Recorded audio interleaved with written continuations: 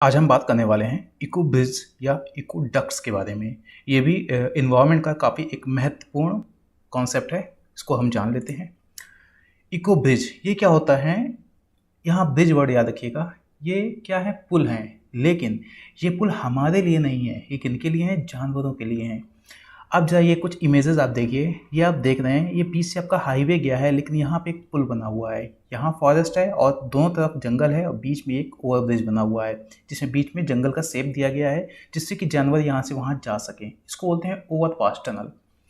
वैसे यहाँ पे आप देख सकते हैं सेकेंड इमेज में दोनों तरफ जंगल है, लेकिन बीच से हाईवे जा रहा है।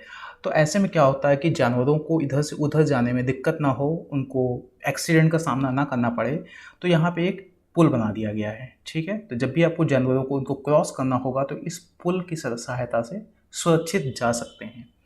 तो ये इको ब्रिज क्या होते हैं? ऐसे पुल जो बेसिकली अन्य प्राणियों के लिए बनाए जाते हैं। तो ये पहली आप इमेज देख रहे हैं, ये है ओवरपास टनल।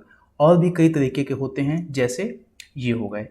ये है हमारे कैनोपी ब्रिज। ठीक है ना। अब जरा ये बताओ, इसमें कौन जा सकता है? ये जो ऊपर दिख रहा है, इसमें से बंदर वगैरह हो गए, ये उनके लिए होता है।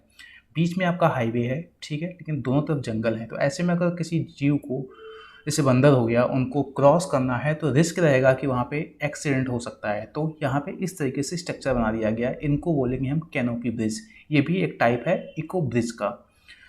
वैसे ये आप तीसरे तरीके के ब्रिज देख रहे हैं, ठीक है ना। इनको बोलते हैं कंक्रीट अंडर पासेस। ये आपका कंक्रीट के बने हुए हैं अंडर पास। ये बेसिकली उनके लिए बनाए जाते हैं जो बड़े जानवर होते हैं, जैसे कि हाथी वगैरह हो गए। तो काफ़ी बड़े बड़े ब्रिज बनाए जाते हैं, जिससे कि हाईवे ऊपर से निकाल दिया जाता है, जिससे कि जानवरों को कहीं भी आने जाने में कोई दिक्कत ना हो।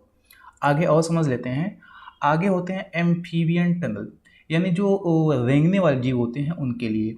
ये इसको बोलते हैं कलवर्ट, पुलिया बोलते हैं। जैसे मान लो छिपकली हो गई, ये आपको इमेज में दिख रही है, इसको अगर किसी रोड से क्रॉस करना है तो पॉसिबिलिटी है कि उसकी जान जा सकती है। तो ऐसे में वहाँ पे पुलिया बना दी जाएगी। आप ये इमेज देख पा रहे हैं, यहाँ पे ये पुलिया बनी हुई है। तो यहाँ पे छिपकली जैसे जीव इधर से इस तरफ आ सकते हैं। तो ये कलवर्ट्स बोले तो पुलिया। ये जो सारी की सारी कैटेगरी हैं, ये हैं हमारी इको ब्रिज। यानी इको ब्रिज क्या हुए? ये बेसिकली इंसानों के अलावा दूसरे जानवरों के लिए बनाए जाते हैं। अब हम समझ लेते हैं कि ऐसा क्यों किया जाता है। तो पहला, वाइल्ड लाइफ कनेक्टिविटी बढ़ाने के लिए। अब मान लो कोई किसी जंगल से हाईवे निकाल दिया गया, तो जानवरों को अब एक जगह से दूसरी जगह जाने में दिक्कत होगी, क्योंकि वहाँ पे हाईवे जा चुका है। तो उसको कनेक्ट करने के लिए, जो जंगल दो पार्ट में बट गया है, उसको कनेक्ट करने के लिए हमें ये बेसिकली इको ब्रिज बनाए जाते हैं।